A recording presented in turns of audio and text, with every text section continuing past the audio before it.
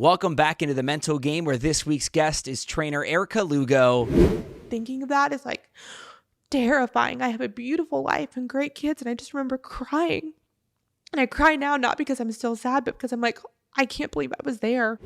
And in this episode, Erica opens up about her weight loss journey, where she lost 160 pounds. Then she became a trainer on The Biggest Loser. We also talk about what it was like for her to battle thyroid cancer. And for the first time ever publicly, she is opening up about her mental health and battling suicidal thoughts. All of that and much, much more in an amazing conversation. But once again, if you're loving the mental game, please like, subscribe, rate, review, tell your family, tell your friends, as we try to help as many people as possible with their mental health. But now it is time for the latest episode here on The Mental Game with Erica Lugo.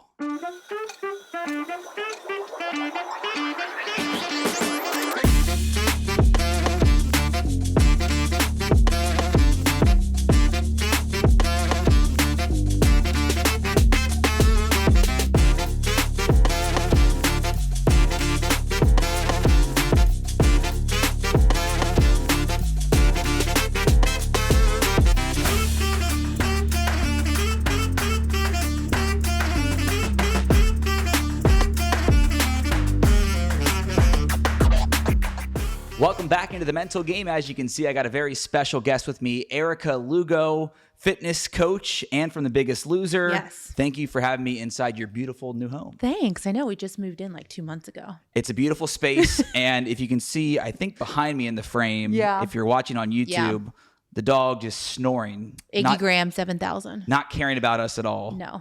But that's his personality. He doesn't care. Yeah. I love his energy. Thank you so much for coming on the mental game. You had reached out to me on Instagram and wanted to talk about your mental health journey and something that's pretty recent you haven't opened up a ton about. Yeah. So I'm excited to dive into that in this episode. But the first thing I ask everyone on the mental game is, what does mental health mean to them? And people answer it in a variety of ways, whether it's something that they've been cognizant of from a young age, or maybe there's a traumatic event that made them more aware of their mental health. But I'll ask you the same thing. What does mental health mean to you? Yeah, that's a really tough question for me, because you and I spoke before this that I've never really suffered from mental health before until this past year. So I think for me, mental health is, honestly, I'm going to say it in different phrases. Like when the sun is shining, you feel like the sun is shining. Yeah. You know, when the birds are chirping, you can hear it and enjoy it. When it's nice out, you can enjoy it. It doesn't feel heavy. It doesn't feel dark or sad. It's just the way you are day to day. Yeah, I agree. And it's up and down. It varies. Like I mentioned, it's something that you've discovered more recently, some of your mental health struggles, and we're going to get into that. But I want to give some background on your story, because it is incredible. I mentioned The Biggest Loser, where you were a coach a few years ago. Yep. But I don't know if rise to fame is the right way to put it, or your sure. Yeah, sure. We'll put it that way. Yeah. Your rise to fame didn't start with that. It was very organic, and I don't even think it was part of your thinking, hey, I'm going to be an influencer or have this many hundreds, thousands of followers. But it was just you wanting to better yourself physically.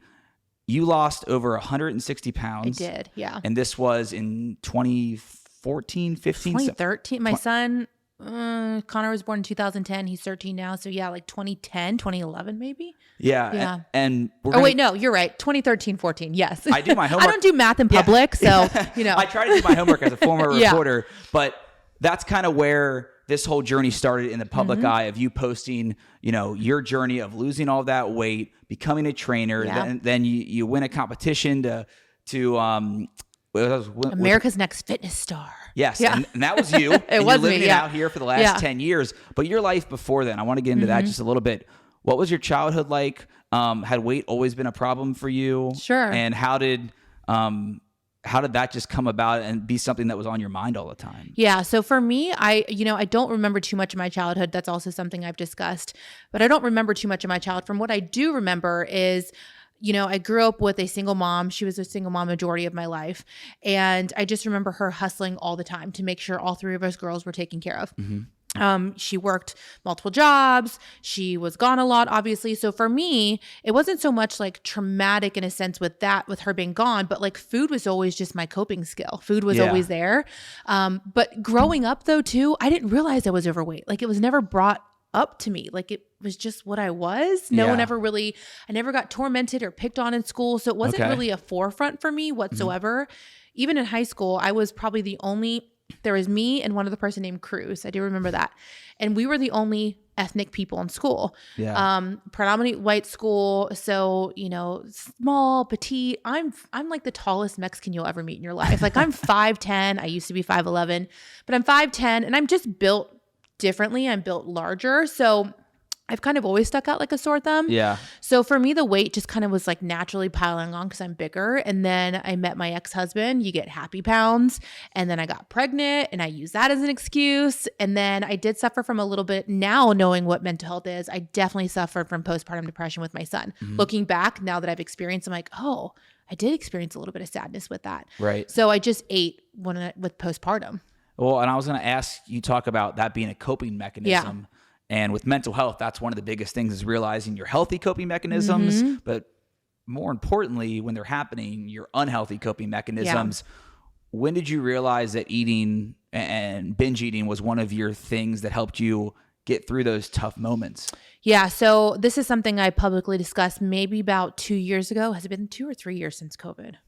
3-ish? Okay. Yeah. So I remember we were on vacation with the kids. We took them to Florida. It was Hawaii, when everyone was able to travel again. Mm-hmm. And I was wearing a bikini, and some commenters were like putting the cow emojis on there. We're saying moo. And I was like, what are we doing? Wow, I'm like pretty much in one of my fittest moments, and people are still saying that. And I just went on and said, and this was after The Biggest Loser. So clearly I've had a lot more following and public eye. So I simply just wrote like, hey, coming from someone who's had an eating disorder, you don't know what those comments can do to people. And that just kind of opened the floodgates. I'll never forget, my agents were calling me and I was on vacation. I'm like, what's going on? I guess all these magazines picked up Erica Lugo had an eating disorder while on The Biggest Loser, because I talked about how I had thoughts from a previous eating disorder while being on The Biggest Loser. Mm-hmm. So what I meant was, I learned that binge eating was a thing when I actually already lost all the weight. I was 160 pounds down, and being on social media for your body image and your look and how pretty you are and how thin you are back then was really hard, and influencers weren't really a thing yet. Mm-hmm. And really learning to like those mean, snarky blogs were kind of popular. Yeah. And they were just ripping me apart. So I actually developed binge eating and purging. So I became bulimic as well. Mm-hmm. And I suffered from bulimia for about 6 months, really bad, until I actually got help and sought help for that eating disorder. So when I said those eating disorder thoughts came back, just like with mental health, they never go away. It never goes away completely. You always have to work on it. Yeah. It's a constant battle within your own mind. Yeah. It's kind of crazy how that works. And you mentioned going on vacation and the family that you have. Yeah. I think one of the game-changing moments for you in your life was a story that you've told a lot, but with your son when he was younger and he asked you to play. And I think that's a very powerful story for parents out there who might be in the same shoes as you were back then. Yeah.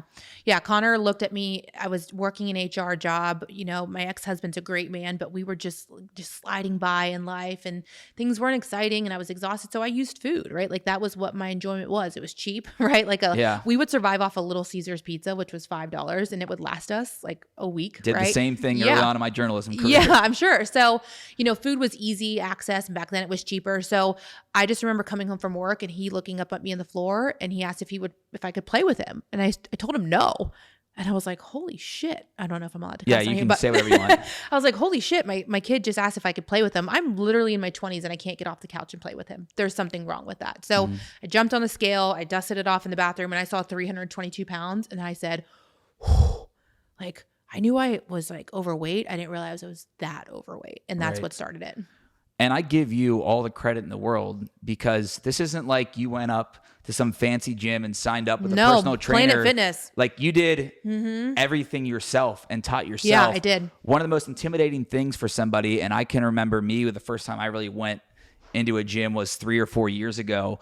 And I was like, I have no idea what I'm doing. I hired a personal trainer, was taught some different things. But like for you, you had no idea what to do. You just walked in after you stepped on that scale and saw a 300 plus and were like, I'm going to do this shit. Yeah, pretty much. An interesting story, a lot of people don't know this, is I actually worked at Jenny Craig when I was pregnant with my son. Okay. I was the largest employee that they have had. And I was wildly successful because I had all these women relate to me. But Jenny Craig, which is a great program for some people, but they teach you the basics, right? Move more, eat less. Yeah. So that is what I went into when I went into my own weight loss journey. It was like, okay, I need to move more and I need to eat less. And that's what I did. I signed up at Planet Fitness. I moved every single day. I ate lean cuisines, which we now know aren't healthy, but back then they were like 10 for 10 at Kroger, right? Like $1. So I would do that. And then I would take the trays from the food and I would save them to start learning how to portion control. And I would, this is like my, like the evolution of me. So back, like I smirk because we all start somewhere. I literally walked on a treadmill at Planet Fitness. I was eating lean cuisines to now I'm completely over here. Like I know all about women's hormones and gut health and what works for a woman's body and what doesn't work for a body. And just like how our body chemistries are different when it comes to fitness. And I'm like, I look at the two differences and I'm like, whoa, there's a lot of years of knowledge in between that. Yeah. And it's for me, I think of, and I've seen it, and I think you've mentioned it before in interviews, having those inner thoughts of like, everyone's looking at me. No, yeah. Especially on social media. Right. And when you're walking in a gym for those first few workouts, I mean, how do you have that self-confidence to just go do it? Or did you not realize that it was self-confidence? I didn't. So here's the thing. Everyone, you know, and so many people when it comes to their weight, they do have really hard and sad stories. Like they were bullied or their self-confidence was bad or X, Y, and Z. I am very blessed that I never dealt with that. And if I did, I didn't notice it. So for me, when I went to Planet Fitness, it was, I do remember a post where I was like, I wore shorts for the first time. And I remember it was like bright pink shorts. And I posted, these were selfie days on Instagram. Selfies are outdated? Yeah, I think so. Okay. Yeah, I think so. You know, reels are like king apparently. Oh, okay. Yeah. So, but I just went in there. I don't know if I was just like laser focused and I just had this goal in mind and I was starting to feel good that it didn't occur to me that people may have been judging me that size in the gym. It never occurred to me because I was just like, I just have to do this. And I've always kind of been that way. Now, I will say, since social has gotten more popular, since I have gotten more traction and I was on TV, now I'm intimidated going to the gym sometimes because I'm like, you know, after, we'll talk about it, but after my mental health breakdown, I put on 25 pounds. I couldn't move. I ate whatever I could just to get food in my system. I was sleeping for days. And so now walking into a gym, I'm more self-conscious now than when I was 322 pounds because of social media. Right. Yeah. No, social media has good, bad. Both of us have experienced, I think, both sides of it. When did you start noticing that it was working? And how did that like help you just fuel the fire more to keep going? Because 160 pounds, that's like a whole nother person. Yeah, that's a lot. So when did you notice like it just start working for you?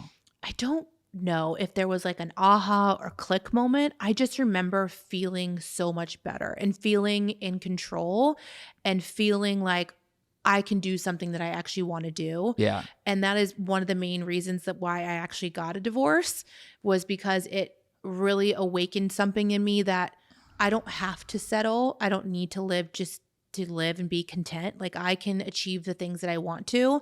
And when you're overweight for so long and you struggle, when my ex-husband, and he's a great man and a great father, but like he was the first person to say, I love you. So I was like, that's it. Let's get married. Right. Like I just settled because I thought I wasn't going to ever get anything else in life. So it kind of like awakened this beast in me. Like I can do whatever the hell I say I want to do. Like this is pretty cool. Yeah, no. And that's an amazing, empowering feeling when you realize you can put your mind to something and do it. Yeah. So you go from, was it 322? 322. Yeah. And then you lose 160 pounds. Yeah. And you wanted to just get into training after that? Like it was just like. So this was my one aha moment. I was like, okay, everyone is asking me how to lose weight and how to get healthy. And again, this is way back in social media days, right? We're talking 10 years ago. So I was like, I don't know what occurred to me. We were watching Sunday football and I said, I'm going to write an ebook. I was like, I don't know how to do an ebook. I don't know what that's like. This was back in the day of like GoDaddy where you could literally pay $7.99 for a website on GoDaddy. And I like YouTubed and Googled all these things about how to put an ebook on website. And I spent like 10 hours. I wrote an ebook on a Word document. It was the hardest thing to even figure out how to make it a PDF. And I said, love that. We were watching football and we were going to go to a restaurant. And I said, I'm going to put this online. And I'm going to let people know it's online. And if I even make enough to like buy a new pair of workout shoes, I've made it. Like I was like, that is awesome. I come back and I sold like over $1,000 worth of this ebook. And I thought, holy shit, like people want to learn from me. Like there's something to this. Yeah. So then I started diving in how to get certified, got certified, and it just kind of went off from there. My literal first program ever was called EFL for Erica Fit Love Real Chicks. And I kind of laugh because I'm like, what was I thinking? But it worked. And it worked. And the evolution of what I used to do training clients online to what I do now is like night and day difference. So the name Erica Fit Love, give the backstory of how that came about. I kind of love this story because it's just so funny how everyone just knows me as Fit Love now. Yeah. But when Instagram first came out, you just pick a username. Like no one knew what Instagram was actually going to be. So I just did Erica Lugo 86, first name, last name, the year I was born. And then when I started getting traction, I thought, oh my God, I don't like want anyone to know like my real name, my last name, like what year I was born. Like people are creepy. Yeah. So back then Instagram had like an auto populate. I don't know if they do now, but I was like Erica Fitness, Erica loves fitness, Erica loves working out, Erica weight loss. And it just auto populated based off those words, Erica Fit Love. I was like, click. Like that.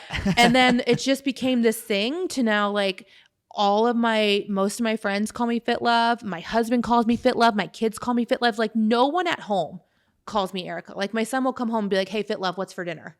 Everyone just calls me Fit Love. I love that. That is awesome. Yeah. So I can't call you Erica then. Just gotta be Fit Love. All right, Fit Love. See, it sounds natural now. Yeah, it does. It's a great name. So you go from that incredible weight loss journey. Yeah. You get certified. You start training. When does like the whole influencer social media thing start to take off? Because this is like kind of the inception of Instagram and Twitter and everything when it's like really, really starting to get going in like 2014, 2015, right? Yeah, absolutely. Yeah. So I will never forget a big transformation website picked me up, or transformation page picked me up. And like back then it was just sharing other photos, right? I think they call them theme pages now. Yeah. But this big transformation page picked me up and shared my before and after. I think I only lost 50 pounds. And that's when I was like starting to blow up like night after night.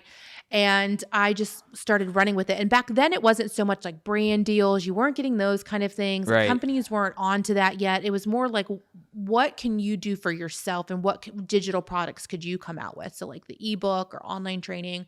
And then back then, Netflix and things they were still new, but it was still network TV. Yeah. So it was like the Meredith Vieira show caught a wind of me and had me out. Rachel Ray had me out. The Today Show had me out. So it was more of like media personality at that point. Right. And then it slowly started morphing into obviously like the magazine covers, and then brand deals started coming on. So it slowly was like a small evolution. It's not where it is now, where like I feel like and you may feel this way, I feel like every Instagram page out there now is like teaching you how to grow Instagram or teaching you side hustle money. Like maybe I'm just on the wrong side of Instagram and TikTok, but I feel like that's all that's out there right now. No, I agree. And being someone that runs their own business and show, and on the influencer side, like it's a hard thing to navigate because you're like, I want this to be natural and like real, but you got to make some money. But it's weird how some of the pages are catered towards that now. Yeah, it's like that's all they teach. So, Instagram is way different now than what it was. I thank my heavens that I got in when I did, because if I didn't, I definitely wouldn't have the following that I have now. Would I be successful? Sure. I don't think I would be as big of a scale as what I got to. Well, and that's how I was with Twitter, which isn't as popular now as Instagram and TikTok, but because sports is so big on Twitter, I got into it right when I got my first sports reporter job, and those numbers just kept growing with every game and every press conference. So that was awesome for me.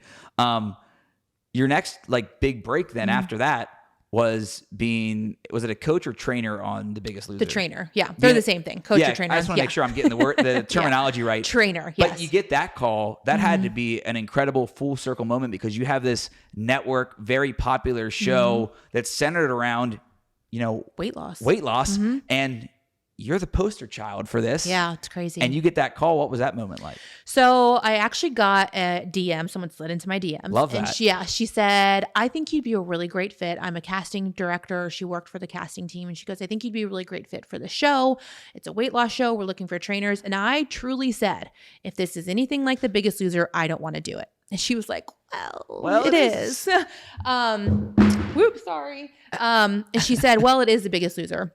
So I said, she goes, let me tell you, it's a complete 180. It's not the same. Yeah. So she told me it's more of a holistic approach. They're doing like the mindset, the mental health aspect. They have aftercare because they never had aftercare. They would just send these people home with no care or no guidance. Right. So I literally went through hell, 3 months of hell getting this job. And when I tell you it was meant for me to get this job because of all the hoops and ladders I had to go through, it was meant for me. So at the time, I just got a brand new studio. I just was diagnosed with stage 2 thyroid cancer maybe 4 months beforehand and went through surgery and radiation. I had employees for the first time, bought my first house by myself. So I was still a single mom. My son was, 4 years younger than what he is now. And I had to go through multiple interviews, be flown to California, which I was used to at that point with the media kind of stuff, but this was different. Got flown to California multiple times. They had to run a background check on me and they said something popped up because I got in a car accident forever ago and the lady tried to sue my insurance. So I had to reach out to the lady and have her write a letter saying she wouldn't sue me again. And then I had every certification under the sun except NASM. And they said, we need you to get NASM certified. People spend a year studying for NASM. It is literally the hardest certification you could get. And I was like, great. How long do you need me? Like, when do I need to pass it? And she was like, in 2 weeks. So I had to spend $700 on materials. Like I said, it was bought my own house, moving in, single mom, running a business. I literally stayed up to 4 a.m. with note cards, reading a book every day for 16 days. And 17th day, I had to go take a proctored exam. And if I didn't pass that, I was not going to get on the show. I passed it. Wow. So like everything just happened to where I was like, how do I not get this job? So I was working out and I get a phone call and she was like, do you want the good news or the bad news first? And I said, bad news first. And she goes, well, the bad news is you're going to be on a plane tomorrow in less than 12 hours, but you're going to be gone for 5 months. The good news is you got the job. So I literally had 12 hours to figure out who's going to run my business when I'm gone, who's going to handle my employees, how's my house that I just moved into going to be taken care of? The biggest thing, where's my kid going to go? Right. I have animals. Like I had all these moving parts.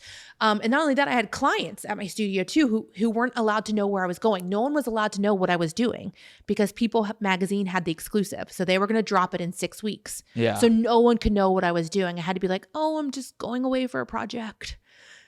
It was awful. So I literally had 12 hours to get that together. And I did not believe it. I kept saying, I don't believe it. I don't believe it. The driver picked me up. I was like, still don't believe it until I get on the plane.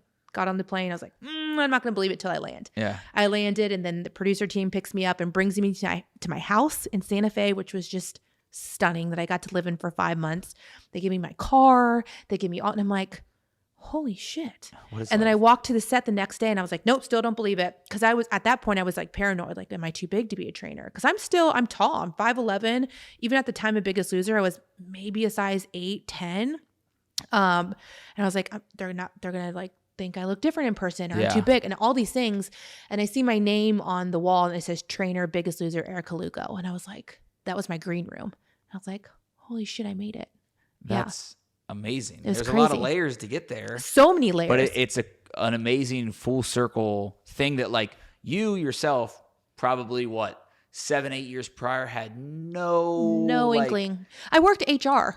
I literally worked HR. I still love HR. But I worked HR. So I was literally the person who, it was a food distribution company. So we had warehouse and truck drivers. Yeah. So I was a safety, like OSHA person for HR. So I was like wearing hard hats and high heels and like filling out forms and like workers' comp. Like that was what I was doing. I never dreamed that I would be where I am now. Well, there's 2 things that you mentioned there that I want to go back on. And your journey is incredible. One, the weight loss is, I mean, that's so hard to set your mind to that, achieve it, but then also keep it off. Yeah. So I give you major congratulations and props for that because that's just a really inspiring story. But there's always been hurdles along the way. Yeah. And that's something that a lot of people can relate to because you get past one thing and then it's like, fuck, here's something else. Yeah, get hit with another. And it's happened throughout the last 8 to 10 years. It seems like the thyroid cancer, that happens right after you lose all that weight. It was a couple years after I lost the weight. I mean, it was literally, I got diagnosed the day after Thanksgiving 2018. And then I had surgery for a full thyroidectomy January 2019. I had to wait for like the perfect doctor. So I had to go through the holidays, like knowing I had cancer. And I told my son and he looked at me and he goes, are you going to die? Like we didn't know how bad it was or what it was going to be. And it had already spread. So that was a scary feeling. And then I had radiation in March of 2019 and literally on Biggest Loser campus, August of 2019. So did you have thyroid cancer while you were shooting that? So I literally had my thyroidectomy and my radiation. And after radiation, the way thyroid cancer works is, well, any cancer, they can't claim you cancer free until you're 5 years. So at that point, it was my body was just kind of running on adrenaline because I just went through surgery and radiation, and then I go to Biggest Loser. So I've kind of told people the last 3 years of my life, last 2 years, because Biggest Loser was one, my body is finally kind of settled into a routine of what it's like to live without a thyroid. And Biggest Loser, I was just pumped on with adrenaline for 5 months. And then I had a media tour, and it was like a year of just like I didn't pay attention to my body and the signs it was telling me. Yeah. So then COVID happened, and obviously we were going to go back to filming and we couldn't. So that year was the hardest. And just even the years after without living with the thyroid, it's been really tough. So it happened so fast. What are the challenges without having a thyroid? Does it make gaining the weight everything so much more easier? It's everything. And no one ever prepped me for that. Like they said, oh, you're going to get medication. I have to take a pill every day for the rest of my life. If I miss 2 doses, like I can go into what they call a thyroid storm and die. Like I literally depend on a pill to survive every day. But everything from like tired, and people say, oh, I'm tired too. And I'm like, there's tired and there's thyroid tired, like not having a thyroid. Yeah. Like you get pain behind your eyes and like pressure behind your eyes. And then, my voice, when I talk too much, you can hear I get raspy. Yeah. The weight gain is really hard, weight fluctuations, mood fluctuations. So anxiety, depression, all those things, which obviously just happened to me. Skin, hair, nails, you name it, everything. Like that little gland literally controls everything, and I don't have it. So you get done with The Biggest Loser. You said you went on a media tour. Mm-hmm. You're dealing with like learning just how to live post thyroid cancer life, and COVID happens. Yeah. And I think for everyone, and I don't know how to say this the right way publicly, but this is how I feel, is that COVID-19, the pandemic, terrible thing. There's a lot of people that got sick, lost their lives, lost loved ones. The only good thing it did is it made everybody face their mental health. Mm-hmm. That's the way I feel, because I was like patient zero, and I've thought about suicide since I was 14. Didn't go to therapy until 2020 in March. Wow. And it's like, if I'm struggling that bad, I assume everyone else that's struggling a little bit less hasn't gone to therapy or thought about it either. Mm-hmm. So the pandemic made mental health a real priority, big time, for a lot of people. When was the first time you started realizing that you had dealt with maybe some OCD and anxiety and just kind of felt that, I don't know, that weird feeling inside of like, I don't feel okay? Yeah. So I had, after Biggest Loser and obviously COVID and people going back to normal, and I knew we weren't going to go back to filming anytime soon, just because kind of like now with the writer strike, COVID prolonged a lot of production. So networks' highest priority shows were going first. And I just knew Biggest Loser wasn't a high priority. So I knew I wasn't probably going to be on that show for another year or two if we were going back. Mm-hmm. So I decided to compete in a bodybuilding competition because I was like, what the hell? What else? Yeah. And I also feel like that's kind of the natural evolution of any fitness weight loss account. Like everyone expects you to compete. The sport has always intrigued me. And I thought, okay, I'm in a mindset right now where I can do it. So I competed 2021 in a bodybuilding fitness competition. Did really well, loved it, had a blast. I thought I felt great, mentally felt great, physically felt great. And I said, well, let's go ahead and do this again. So I took a break, obviously, because you have to gain weight back to build muscle. There's a whole process. Yeah. And so I was starting my cut. Last fall, September-ish. And I remember going to posing practice, and I told my posing coach, I was like, I just feel weird. I'm like, I feel buzzy. Like I'm waking up and literally I feel like my insides are buzzing. And I just kind of shook it off. I got through Halloween. Then a little bit before Thanksgiving, so a couple weeks, I tell my husband, I'm like, I'm still struggling. Like I physically can't work out. I feel weird. Like something's not right. Yeah. And he's like, well, maybe you have anxiety. Like go to your doctor and talk to them. Go to my doctor. She literally spent 5 minutes with me. This is just my basic family doctor. Yeah. She spent 5 minutes with me and she goes, yeah, it sounds like anxiety. She goes, I'm going to write your prescription for Zoloft. She goes, it works really well for people. You might feel like you want to crawl out of your skin for a couple days and that'll subside, but like, just let me know. So within 4 days of taking Zoloft, I was like pacing the kitchen floor. And I remember going like this, like, I can't do this. I can't do this.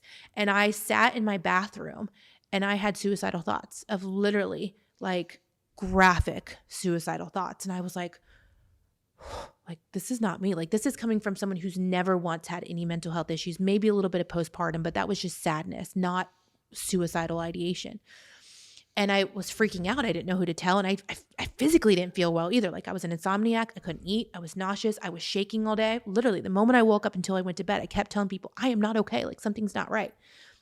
So I go back to my doctor. And at that day, I literally felt like my skin was crawling. Like, I was like, I wanted to cut my skin like that. I can remember thinking, I want to cut my skin just to get out of it. And she was like, obviously that we need to take you off this. She's like, yes, it comes with a black box warning. She goes, and we tell people like normally if it's not that, tough to just push through it. Because with antidepressants, you need to push through like the first 3 months apparently. Yeah. She's like, we don't want you to push through this. So then they put me on Buspar. And Buspar made me enraged to the point where I told my husband, I cannot be trusted driving. I will literally drive my car through a wall. And this is, again, coming from me who's never said any of this stuff, felt this stuff. Mm-hmm. And then it started happening where the images that Zoloft gave me of suicidal ideation, OCD picked that up. So I've always been a little bit obsessive. Like people have always joked like, Erica, you're super hyper fixated on stuff. Like when I want to do something, I will do it. You can't tell me no. Right. I will pick a new hobby and I'll spend $1,000 and I just hyper fixate. I never knew that was OCD. I thought it was like germs or like compulsions with like priorities. So not only till just honestly, maybe 6 months ago, did I get diagnosed with that? Because I thought me hyperfixating on the images that Zoloft gave me meant that I was suicidal. And I thought, oh, but I don't feel like I want to die, but maybe I do because I'm thinking these things so often. And so finally, until I met with an OCD specialist, did they say, you're OCD. That's called Puro. That's called that's called harm OCD. And I was like, I had no idea this was a thing. Right. So before that, I obviously went to therapy and I did EMDR, which has been life-changing for me. I still see my EMDR specialist every week now. But backtracking, I even came up with, like a safety plan for myself. I remember laying in bed, just feeling really sad and like everything just felt heavy. Right. And this happened during the fall. So it's dark already. It's like cloudy and the weather's not great. And I just remember laying in bed before I took my stepdaughter to volleyball, Googling luxury mental health facilities. Like, I'm bougie enough to say luxury because that's what I did. But I was like, I need to go someplace that has sunshine. And like, I know my insurance isn't going to do that. It's going to be a state-run facility. And I don't want to be put in a state-run facility. But I remember Googling places and writing them down and tucking it away in my sock drawer and told my husband, like, that's my emergency plan.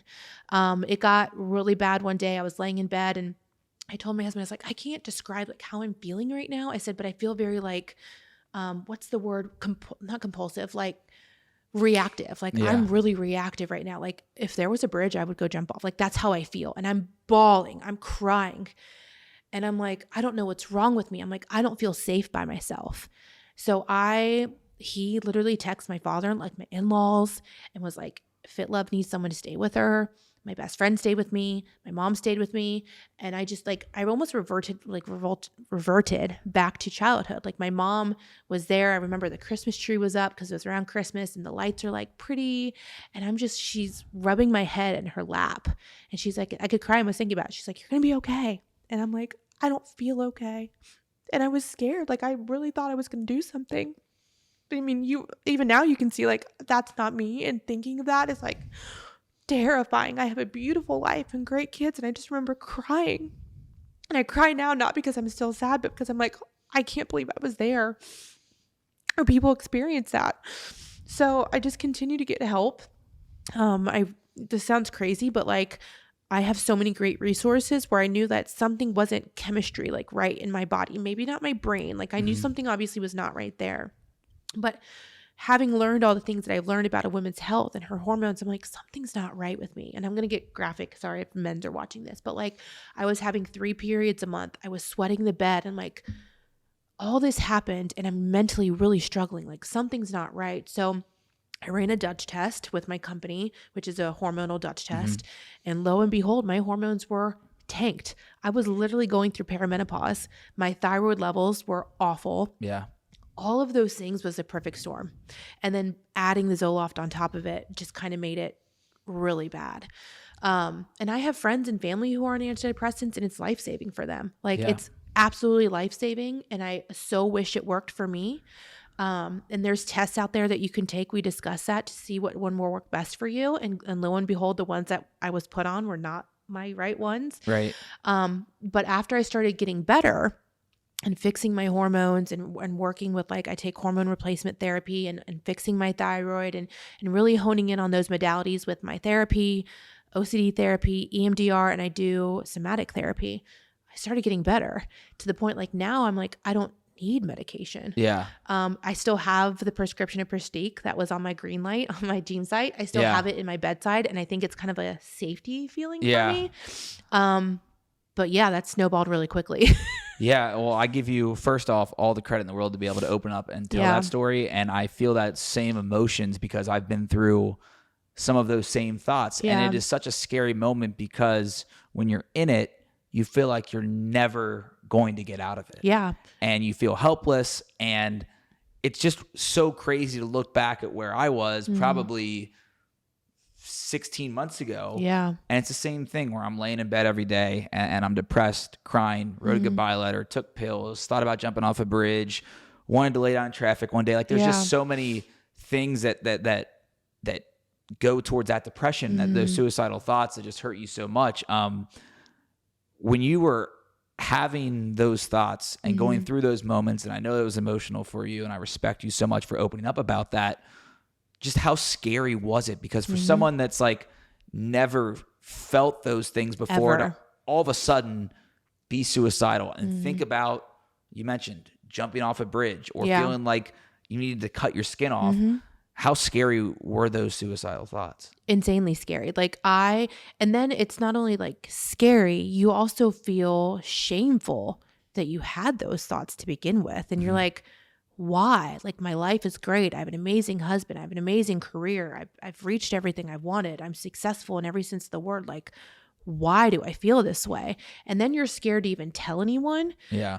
And you know, people will love you and want to care for you, but like when you are mentally struggling, they struggle too, right? And there's only so much that they can take. And I learned that really quickly. As much as my family loves me, there's only so much they can take. And I will never forget this conversation. I was having a really bad day. And this was again in December and January, which honestly I feel like was my worst. And my husband and I, before we bought this home, we bought land, and it was like going to be our dream home. It was almost 2 acres. It was on a beautiful hill where it overlooked the city. And we were in the process of like talking with builders, and I'm really sad one night, and he's like, just get in the car with me. And we drive to our land, and he goes, look, Fit Love, like, look, like you bought this. Like I had bought that land myself. And he was like, you bought this. Like, look what's going to happen. And I cried, and I looked him in the car, and I said, I'm not going to make it until we build this house. And he was like, what do you think life's going to be like without you? And I was like, I don't know, like probably good for you guys, because you just think that, right? And I'll never forget that conversation and how much he just was like, I can't live without you. And he's like, and if he's like, but I can't watch you all the time. That's what he said. He's like, I can't watch you all the time. You have to fight this battle yourself, and we have to get you help. So for him saying that, like, he can't watch me all the time, I was like, wow. Because when you're depressed, I feel like you must lean on your resources too much sometimes. Yep. And you really rely on those people. But at the end of the day, you really have to take, and for my husband to say, I can't watch you all the time, I was like, wow, I'm going to have to be by myself again. Like, this is when I was having people stay with me and do this stuff. And I was like, people are going to go on with their lives. I'm going to have to learn how to do this. Well, for me, it was always that alone feeling and being by yourself and being single. And so what you just said about relying on the ones that you love too much. Yeah. I think about just kind of where I was at with my ex and I breaking up, and I was suicidal because of a lot of things. I had 3 deaths in the family, but her and I were breaking up, and I thought we might get married. And so like looking back, you put so much pressure on one person or your family or your friends, where it's like, no one's built to handle all of that. Yeah, all of that, or you're not built to handle it by yourself. Yeah. So you have to figure out a way to get help the most. Your son, I think, is trying to get out of his room to come in through here. Oh, okay. Sorry. We're going to keep all this in, by the way. So this is perfect. This is my life, though. This is my life. Like 4 dogs, 3 kids. And so speaking about what we spoke about, I had a family to take care of during this. Yeah. And I tried to hide all this from them as much as I could. Sure. And I was still doing volleyball practice, soccer practice, and, you know, taking my son to his dad's and managing and during the holidays and still like not even being vocal about it on social media. Yeah. And I had a friend who she said, Erica, don't show this side of your life. And I'm very thankful for her. She's an amazing friend. She was very supportive of me. And when I needed to text someone, she was there. But she said, don't share this part of your life. Like, you need to be that person for people to be strong and them admire and this and that and like shiny and fun. And they go to you for this stuff. And I thought, I can't be that person right now. Like, right. I can't fake it. So then I started slowly talking about it on social media. But my stepdaughter, who was here earlier, we were on a walk just a couple months ago. And keep in mind, like, I've literally just had a turning page maybe about 6 months ago where right. I've completely like functionable and happy and things right. like That's that. when you called me originally. Yeah. But we were on a walk 6 months ago and she was like, my husband and I were talking about me in therapy or something because we're really open about it. Yeah. And she goes, do you not think I knew you were going crazy? She goes, I have ears. And she said it in such an innocent way because right. they don't really understand, but they saw a change in me. And to them, that's another reason why I want to open up so much about it. They automatically correlate those struggles with someone going crazy. And it's not going crazy. It's someone who's got these demons on the inside in their brain that they don't want to live with, right. that we have to help a person get through.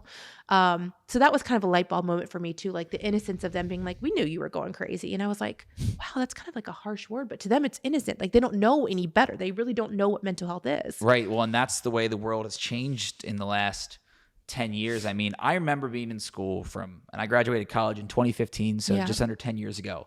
Never in elementary school, high school, college was mental health mentioned in a classroom ever once. Yeah. And so it really has been, I feel like, heavy push the last 5 to 10 years, but really since 2020 for everyone to look at their mental health or to start talking about it. And that's why I give you so much credit, because I don't know, we were talking before we started rolling. I don't remember which episode it was, but you sent me a DM after you saw one of the episodes and were like, I want to open up. I want to talk about this. We hopped on a call. It's been a couple months in the making. Yeah. But when you talk about it, it really does help other people. You know, for me, being a sports reporter, most people used to come up to me and talk about Joe Burrow had this many yards in a game. How much fun was it to interview him after that? Or what happened with this college football game? Now it's, hey, you've opened up about your mental health. It really helped me because I lost my mom to suicide. Yeah. Or I started going to therapy after I saw this episode with Ricky Williams. Yeah. And so once I kind of got that vibe, which like people that watch and listen to this all the time know my backstory, but that was when I go, okay, it's worth it. It's worth talking about it. Yeah. You talk about your one friend saying, don't show this side of you. I've had people, most 99.9% people that I love and have in my life, you know, support this journey and want me to open up about it. But there have been times, you know, I haven't talked about this publicly yet, but I've been denied insurance for certain things because of my own mental health struggles. And it's like, okay, what if this show doesn't work out and I have to go get a normal job? Are people not going to hire me because I've talked about suicide and alcoholism and different things? It's like, you think about those things, but also I think the more powerful side of it is where you and I are at, where you feel like you have to talk about it because it's the real you and it can help other people.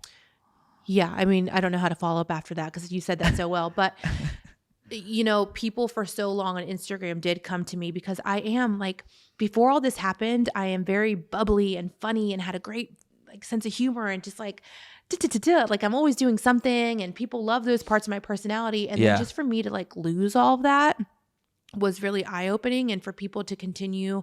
And obviously my income comes from online, right? How much I can sell, what my brand image is. And not only that, mentally, but like I said, I put on 25 pounds because I started hormone replacement and had a mental breakdown. So like those combinations put on 25 pounds. I'm known for like fitness. I'm known for like having a banging body and teaching you how to do these things, and to completely lose that part of myself during this breakdown and then lose myself mentally too. Like I didn't know if I was going to live to see next year. Like truly, it was a lot. And like you said, you get some pushback from people, and even now, I think it's a bit shocking for people how open I am about it. You know, when I started getting better, you know, I started seeing people again and like making myself be social again and surround myself. Right off the bat, I'd be like, yeah, so I had a mental breakdown.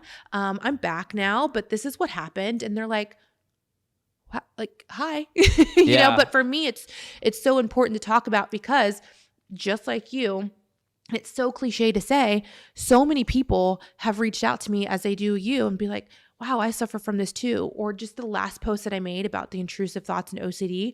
Most people don't realize intrusive thoughts are OCD.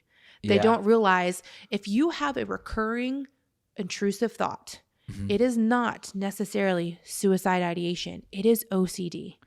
Yeah. And that was really hard for me to learn. And when I shared that, people were like, oh my God, I have this and I've never said anything about it, but it makes me feel like I'm going crazy. Like I would think about what Zoloft did to me in my mind, that image it gave me over and over and over again. It would occupy hours of my day and it would loop. And I would just feel like, well, this is what my brain wants to do. I might as well go do it. And I thought it was suicidal ideation. It's OCD. Yeah. So sharing it and sharing the resources I've had, like ERP, exposure therapy for my OCD, for my intrusive thoughts, which I never thought I could expose myself to intrusive thoughts. I thought it was like compulsions. It's wild. I hate doing ERP therapy if anyone's in the home because they'll be like, what is she doing? It's wild. But like, you know, getting ERP, somatic therapy, EMDR, a lot of people have never heard of these modalities. Yeah. And it's finally coming to light and people are like, whoa, there's so much more out there than just an antidepressant and talk therapy, which work amazing. Right.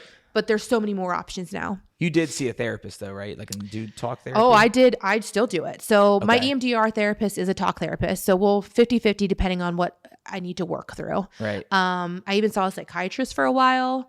I even made my husband come with me to the psychiatry appointment. And this is a story, but I don't know if we have time, but I'll go ahead. Until the red light goes out. We're good. Okay, I'll look for the red light. But obviously when you're exploring antidepressants, you need help, right? So I saw a psychiatrist and I told her the first two didn't work. So my husband was like, I'm going to go with you because I need to know what's going on. And like, you're wanting to try all these different things. I just need to make sure like we're on the same page. Give him credit for, Absolutely. So he went with me and he was like, okay, this medicine made her feel like she was going crazy. What are we going to do? She was like, okay, we're going to put her on this medicine. He was like, that's great, but she can't sleep.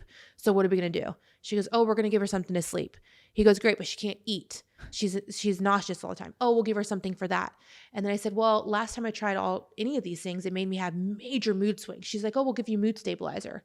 So my husband literally looked at her dead in the eye and goes, you're going to give her 4 medications right now, without really acknowledging what she's been through, how she eats, how she sleeps, what her hormones are, what her medical background is. And she was like, yeah, it's kind of like a guessing game, which it is. Sadly, it is. Right. But right there, I think was mine like, okay, I can't do this again. So yeah, I still do talk therapy, EMDR therapy, somatic therapy, and what was EUD, exposure therapy. So I pay out of pocket by myself because my insurance, like you, will not cover it. Yeah. And if it did cover it, wait lists were 3 or 4 months long. And at that time when you're having suicidal ideation, you can't wait 3 or 4 months. Right. And I'm very blessed that I make a great income. However, I like quote unquote joke to people, I am literally going to go broke to make sure I stay sane and healthy mentally because I am paying $400 a week out of pocket. And I took a year off work pretty much to mentally be better. It is wild how the whole mental health space where you want to help people and help them get better and go to therapy or check into a place if they need to, like I did. Then there's the whole insurance side of it and the political side of it, which I told you before this, I'm learning on my own. Yeah. Being denied for certain insurance and different problems that I've had in the past. I'm not going to speak on it yet because I want to learn everything. But with therapy, there's a lot of people that I'm sure watching and listening that were like you, never really had a thought of depression or anxiety or suicidal thoughts. And now they've gone through it recently where they're thinking about therapy. Yeah. What did you like about therapy and just talking to somebody and kind of telling your story to a stranger that helped you navigate that dark time in your life? Yeah, I really enjoyed the fact that it's like an unbiased opinion. And it was also someone who I didn't feel like was forced to listen to me. Like my family, like my poor husband, like to have one wife 1 minute and completely a different wife another, Yeah. and to be super supportive during that, right? Like we said, you can only count on those people so much. And he said, I can only watch you for so much and hear you for so much until I can't do anything about it anymore. So just having that person who knew what I was going for, was opening to listen. I didn't feel bad that I was dumping all this on her, was amazing. But I also really like how she's made me not only process what I went through, you know, and trauma and talk therapy and all that stuff, but she's also helped me create a lot of new healthy habits, like creating boundaries, or not feeling sorry for not being okay. Like I used to feel like a burden for being depressed. So different coping mechanisms that I have been forced to learn week over week that I actually will use. So like sometimes I'll start doing this. It's my butterfly hug for bilateral. And my kids are like, oh, Fit Love's a little bit stressed. Like, let's just give her moments. And I'll just like bust that out when I'm feeling it. Or I'll go do a somatic lunge, or I'll go listen to bilateral music, or I'll journal. Like I have all these different tools in my tool belt now. And instead of just sitting in my toolbox, I actually know how to use them, which is what therapy has taught me. Like it's great to learn these things, but you can lead a horse to water. You can't make them drink. Therapy has made me drink them. Right. And this is something I've said on a few episodes now. And I tell people whenever they start asking about therapy or checking into a hospital for mental health and what you learn and how you get past it and start to feel better, because it is a constant battle. Yeah. But like you mentioned having the tools in your toolbox. The thing is, for hundreds of years, we've never been taught to have that toolbox. Yeah, ever. So to like, I love the work that everyone does in mental health, and especially at the Linder Center of Hope in Cincinnati, Ohio. Which was totally on my list of safety, by the way. Amazing. Yeah. Saved my life. I love everyone there, and they're a big reason why I'm here today. And I'm not discrediting the work that they do, or 988, or any type of nonprofit with mental health that has resources. But it's not rocket science, most of what you learn. Yeah, it's just the fact that you've never been taught it before. Yeah. And that for me, I was 28, 27 when I went through that. I don't know how old you were when you went through your stuff, but it's like, we're adults. We should have our life figured out and should be able to get through moments like this. Well, guess what? We're never taught how to deal with that stuff. And so I think when you open up about therapy and the things that you've learned, or talking about it on a show like this, it really can help people. And now I'm going to ask you like the really important question, which is, how are you now? So much better. Okay, good. I won't lie and say that I don't struggle some days. Sure. The OCD thoughts have diminished almost 95%, which and it's not because I don't have them. It's because I've learned through ERP that a thought is just a thought. Yeah. And it doesn't mean it's going to happen. And I've exposed myself to those intrusive thoughts through eight or 10 weeks now of ERP, where it's been really helpful. But like today, when it's a little bit dark outside, I feel a little bit like sad. And then I don't know about you, but like the moment you start feeling a little bit of something, then you I'm still at that like baby stage where I'm like learning how to walk as a deer kind of thing. Where like, okay, I've learned all these things, I'm better, but like I'm scared it'll come back. Or I'm scared this feeling's coming back. And you just kind of fear that sometimes, which then I think makes me feel a little sad. Yeah, no, I feel that too. I mean, like we were talking about before, I'm about to hit, I guess, next week, assuming I don't have a drink in the next week, like 6 months sober. And it's amazing. Like, thank you. Yeah. And just, there's some nights like last night, I'm just stressed out about planning different shoots or doing this interview with you. Not that you're not an amazing person, but it's like, I have business meetings after this and I got to drive back to Cincinnati. It's like, there's just so many things that go through your head. And it's like, once you have those tools, even though it's not easy right away, you at least go, all right, what do I like to do? Yeah. I like to like just drive around and listen to music to calm me down. So what am I going to do? I'm going to hop in the car, sober, and drive around and just listen to my favorite artist and just kind of take the weight off. Like there's just so many stressors and bad coping mechanisms that you learn to detach from your life, but you still have to deal with them and battle every day. Yeah. And so I give you all the praise and credit in the world for opening up. I know like doing this show was kind of a big deal because you haven't really opened up about your mental health before. So thank you so much for trusting me with those emotions and those stories. what are you up to now besides taking care of dogs, including the one that's been sleeping behind us the entire 4 40 dogs, minutes? a husband, 3 kids, multiple businesses. So we were just discussing, obviously there's a writer strike going on. Yeah. People don't know that I've been working on a show for the last year and a half, and we were so close, like so close. Right. Like networks were interested, production companies, people have been casted, all that things.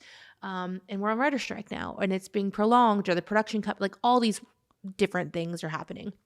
So I filmed a show before The Biggest Loser locally with a production team who are very dear friends of mine. And literally just 3 of us, we filmed this whole show for a whole summer and edited it. It's out on Amazon Prime. It's called I Am. And I was telling them about the writer's strike and just the delays. And they're like, why don't you just film this show on your own? And I was like, I totally could. I've done it before. Right. So we're actually going to start filming in September. Nice. Awesome. Which is amazing. And then, just like my normal thing, my whole brand is changing. I feel like it's a really big transformation. I think, especially if you've come out of anxiety and depression, you are going to be a different person. I've had to learn to mourn who I was, but accept who I'm becoming. Mm-hmm. My passions are changing. I used to think it was depression talking, where I was like, man, I don't wake up at 7 a.m. and look forward to hitting the gym for 3 hours anymore. I was like, is that depression? Right. It's not depression.